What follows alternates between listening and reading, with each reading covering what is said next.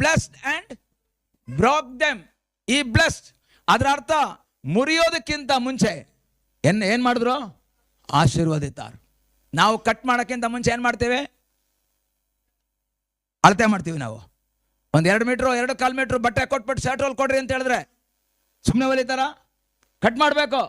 Cut ಮಾಡಿ ಎಲ್ಲ ಒಂದು ಪೀಸ್ ಕೊಟ್ಟಿರ್ತೀವಿ, ಕಟ್ ಮಾಡಿ ಸುತ್ತಬಿಟ್ಟು ಒಂದು ಬಟ್ಟೆಯಲ್ಲಿ ಸುತ್ತಾಕ್ಬಿಟ್ಟು ಅಲ್ಲಿ ಬಿಸಾಕಿರ್ತಾರೆ. ಅಲ್ಲಿ ನೋಡಿದ್ರೆ ನಮ್ಗೆ ಹೊಟ್ಟೆ ಉರಿದೋಗುತ್ತೆ. ಇಷ್ಟೆಲ್ಲ ದುಡ್ಡು ಕೊಟ್ಟಿದ್ವಿ, ಕಟ್ ಮಾಡ್ಬಿಟ್ಟು ಸುತ್ತಬಿಟ್ಟು ಅಲ್ಲಿ ಮೂಲೆಗೆ ಹಾಕಿದ್ದಾರೆ. ಆದರೆ ಸುಮ್ಮನೆ ಕಟ್ ಮಾಡಿಲ್ಲ, ಪ್ಲಾನ್ ಮಾಡಿನ ಕಟ್ ಮಾಡಿರೋದು.